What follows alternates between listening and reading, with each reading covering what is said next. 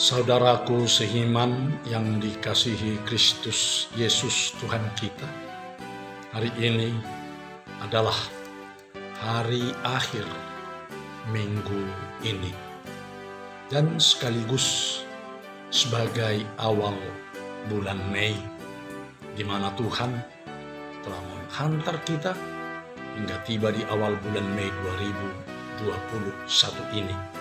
Mari kita syukuri berkat Tuhan ini lewat firman Tuhan yang akan menyapa kita hari ini. Kita berdoa. Kasih karunia menyertai kamu dan damai sejahtera yang dari Allah Bapa dan anaknya Tuhan Yesus Kristus. Amin. Shalom. Firman Tuhan yang menyapa kita hari ini, Sabtu tanggal 1 Mei 2021, tertulis dalam kitab Mazmur pasal yang ke-40 ayat yang ke-9. Demikian dikatakan di dalam firman Tuhan. Aku suka melakukan kehendak-Mu, ya Allah. Taurat-Mu ada dalam dadaku. Hingga di sini pembacaan kita akan firman Tuhan. Saudaraku yang terkasih di dalam Kristus Yesus Tuhan kita, sungguh luar biasa kesaksian pemazmur ini. Mengapa saya katakan demikian? Sebab pemazmur bersaksi bahwa dia suka sekali untuk melakukan kehendak Tuhan. Dewasa ini banyak orang yang merasa terpaksa dan terbeban untuk melakukan kehendak Tuhan karena dianggap sangat sulit, sangat sukar. Oleh sebab itu, banyak orang ingin hidup semauku, melakukan apa saja sekehendak hatinya, walaupun mungkin yang dilakukannya itu adalah dosa karena tidak berkenan kepada Tuhan atau tidak seturut dengan kehendak Tuhan. Namun, saudara, pemazmur di sini mengaku sangat suka melakukan kehendak Tuhan. Saudaraku seiman yang terkasih dan yang dikasihi oleh Kristus Yesus Tuhan kita. Sebagai orang Kristen, adakah kita juga suka untuk melakukan kehendak Tuhan? Atau justru kita sangat suka untuk melakukan sekehendak hati kita sendiri? Biarlah kita belajar dari pemazmur, yakni Raja Daud, yang suka dan senang untuk melakukan kehendak Tuhan Allah Bapa dan seturut dengan firman Tuhan yang kudus. Saudaraku seiman yang dikasihi oleh Kristus Yesus Tuhan kita. Kemudian Raja Daud mengaku di hadapan Tuhan dengan berkata, "Ya Allahku, Taurat-Mu ada dalam dadaku." Jika Raja Daud mengaku bahwa hukum Taurat itu tidak jauh dari hidupnya, hukum Taurat itu tidak tersimpan di dalam almarinya atau di dalam gudangnya, tidak dipajang di atas meja.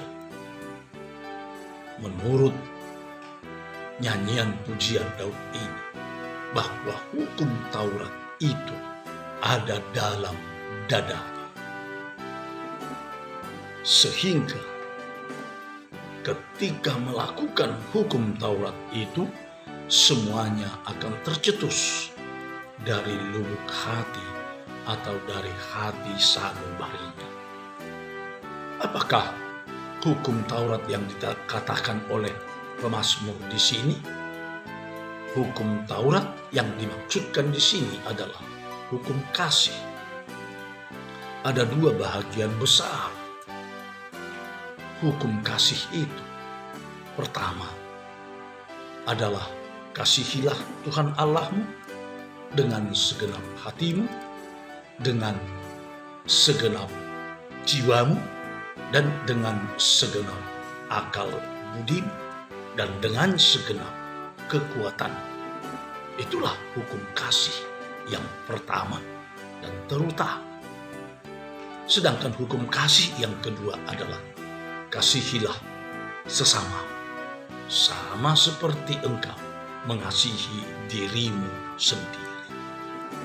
Bukankah kasih itu tercetus dari lubuk hati kita atau dari hati sanubari kita, baik mengasihi Tuhan Allah maupun mengasihi sesama manusia? Saudaraku yang dikasihi oleh Kristus Yesus Tuhan, adakah kerinduan kita untuk melakukan kehendak Tuhan Allah Bapa di sorga?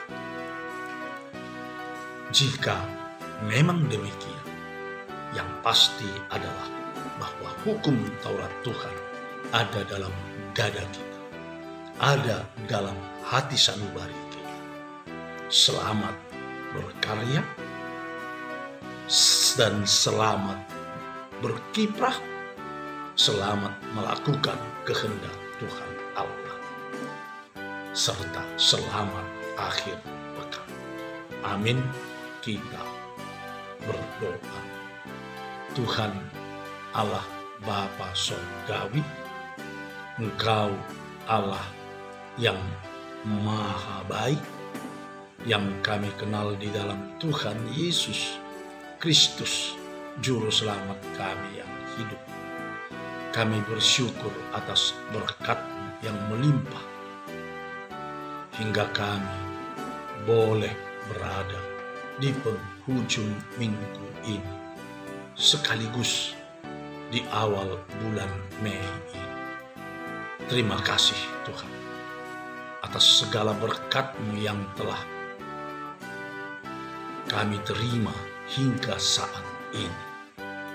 Kami telah mendengar kesaksian pemazmur melalui firman bahwa sang pemazmur suka melakukan kehendak Bapa di sorga, dan hukum Taurat tidak jauh dari hidupnya, ada di dalam dada, di dalam sanubari, sehingga apa yang dia lakukan semuanya tercetus dari lubuk hati.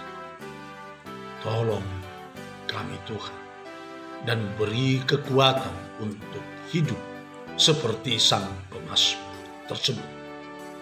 Bimbing dan tuntun kami di sepanjang perjalanan hidup kami, dan di seluruh jerih dan juang kami, hingga membuahkan rezeki dalam hidup kami,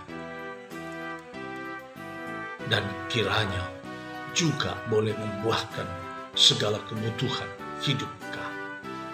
Ampuni kami atas segala dosa dan kesalahan kami, agar kami layak di hadirat.